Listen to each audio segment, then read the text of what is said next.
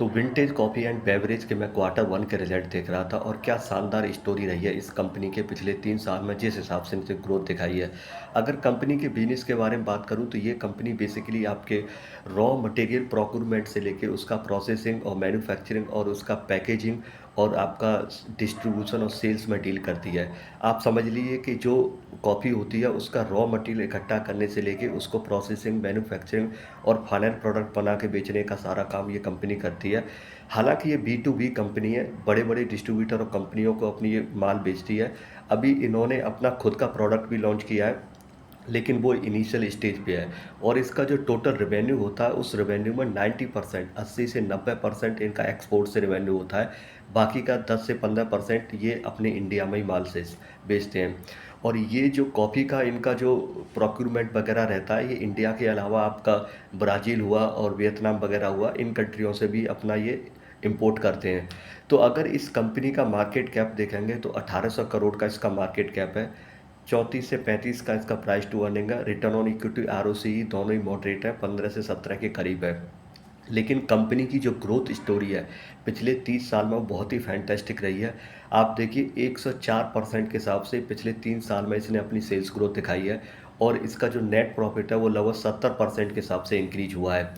यहाँ पर quarter one के अगर रिजल्ट की बात करूँ तो 132% के हिसाब से इनकी सेल्स ग्रोथ हुई है और इनका जो नेट प्रॉफिट है वो 212% के हिसाब से इंक्रीज हुआ है।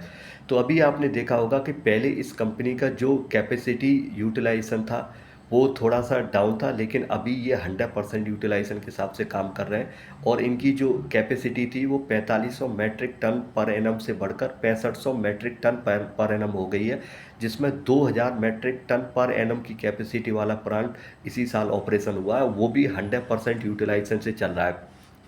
मैं क्यों कह रहा हूँ 100% यूटिलाइजेशन, क्योंकि इसके जो मैनेजिंग डायरेक्टर हैं जो कि बालाकृष्णन टाटी साहब हैं, जिनको अभी 20 दिन पहले आपने एक बीनिश न्यूज़ चैनल पे देखा होगा जहाँ पे वो बार बार एक बार नहीं 6 बार उन्होंने ये बोला कि we are going with 100% capacity utilisation.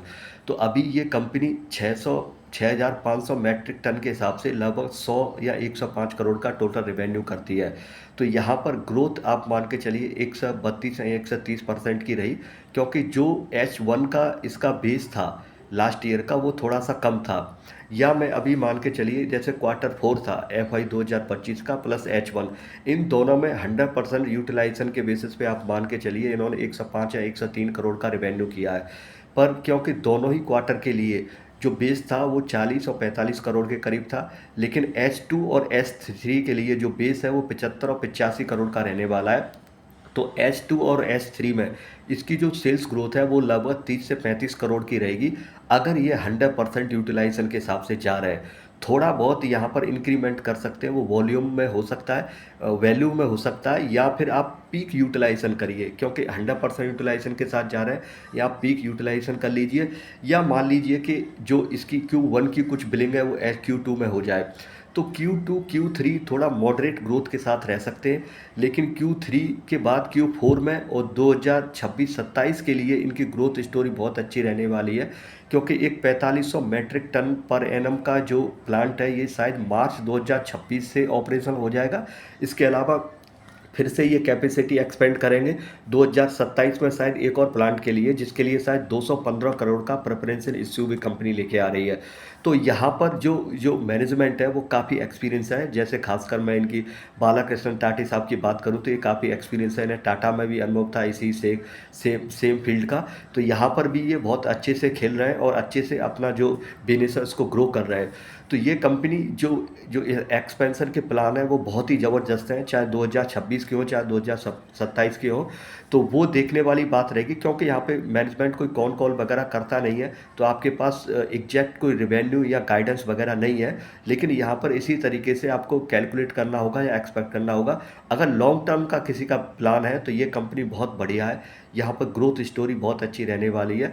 लेकिन Q2 Q3 मुझे ऐसा लगता है कि 30 से 35% का रेवेन्यू ग्रोथ रहने वाला है इन 2 क्वार्टर में, लेकिन Q4 और आने वाले साल में ये कंपनी अच्छा ग्रो करेगी, क्योंकि अभी कैपेसिटी यूटिलाइजेशन 6500 मैट्रिक टन पे 100% हो रहा है। तो 104 या 105 करोड़ का रेवेन्यू ये कर सकते हैं। तो वहाँ से क्योंकि Q2, Q3 के लिए थोड़ा बेस बढ़ जाएगा, तो यहीं पे ग्रोथ आने वाली है।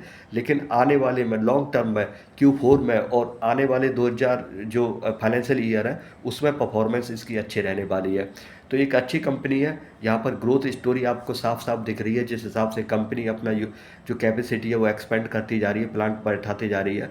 तो देखना रहेगा कि किस तरीके से शेयर परफॉर्म करता है। कोई रिकमेंडेशन या एडवाइस नहीं है। Thanks for listening.